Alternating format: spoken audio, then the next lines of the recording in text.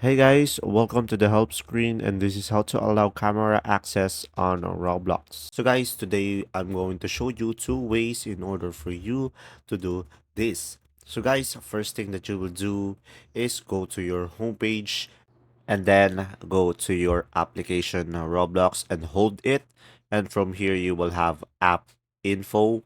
So guys, on some other phone you just have to go to the settings guys and search for apps, and then from here guys just scroll down and find Roblox. And after you find the application guys, you will have an option called permissions.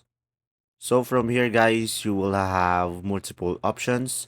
You can allow permissions to camera, contacts, microphone, and storage. So guys, from here you will have variety of options depending on your preferences.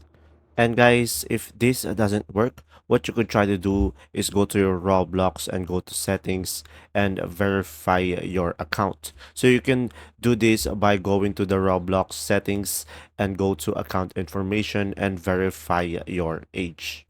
And there you go. If this video was helpful, please like and subscribe, and thanks for watching. See ya.